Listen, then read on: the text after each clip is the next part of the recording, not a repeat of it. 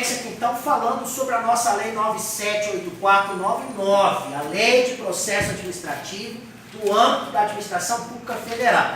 Nós falamos inicialmente sobre o impedimento, é a situação então que não deve de jeito nenhum haver a atuação por parte então da autoridade, ela tem que dizer, não posso. E no caso de suspeição? Gente, no caso de suspeição, ela vai se aplicar basicamente em duas situações. No caso de amizade íntima ou ainda no caso de inimizade notória.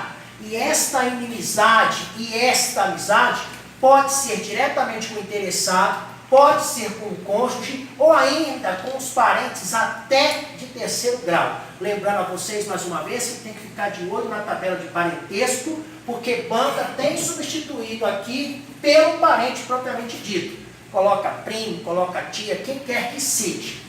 Nesse caso da suspeição, aqui também a autoridade deve ter a sensibilidade de se pronunciar. Ela pode se pronunciar, então, olha, vou atuar ou não vou. Se ela dizer que não vai atuar, ok. Se ela dizer que vai, a outra parte interessada pode até também contextualizar, pode perguntar. Mas, em regra, na suspeição, então, normalmente também a autoridade se abstém de participar, mas existe a possibilidade.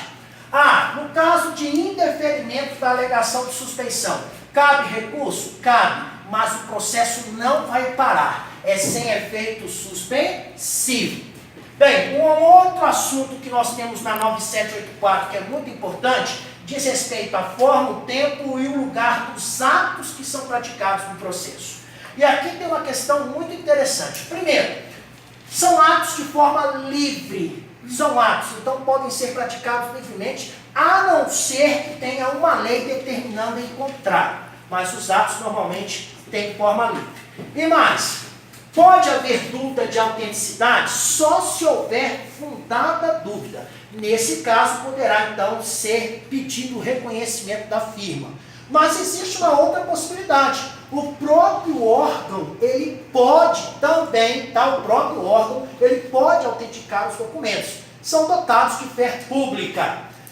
Olha, em regra, os atos administrativos, então os atos dentro do processo, serão realizados em dias úteis. Em dias úteis. Existe uma corrente minoritária que diz que em caso de relevância, urgência ou que for causar prejuízo ao serviço público, eventualmente poderia ser realizado em outro dia. Mas é uma corrente minoritária, não é o que está na nossa lei. Nossa lei é clara, os dias úteis então serão aqueles dias em que os atos irão se realizar. Qual é o prazo para se realizar, então, os atos que estão aqui dentro do nosso processo? Regra, 5 dias. 5 dias, então, é o prazo que nós teremos para praticar os atos que aqui estão. A não ser que haja um motivo de força maior, e aí esse prazo poderá ser diferente. Pode ser prorrogado? Pode, pelo dobro, ou seja, por mais 5 dias, e mesmo assim, se houver motivo justificado para tal. Avançando um pouco mais ainda para a nossa comunicação dos atos. Gente, as comunicações dos atos dentro do processo administrativo no âmbito federal, ela é feita pela intimação. A intimação, então, é um meio de comunicação utilizado por esta lei para fazer a comunicação dos atos. Em regra, essa intimação, quando for um caso de comparecimento, nesse caso, a intimação ela deverá ser feita com pelo menos 3 dias úteis de antecedência. Pelo menos 3 dias úteis de antecedência. E ainda, olha, interessados que sejam indeterminados, aqueles que sejam conhecidos, desconhecidos, ou ainda outros que não tenham domicílio, que tenham domicílio indefinido. Especificamente nestas 3 situações, tão somente nelas, a intimação será feita por edital.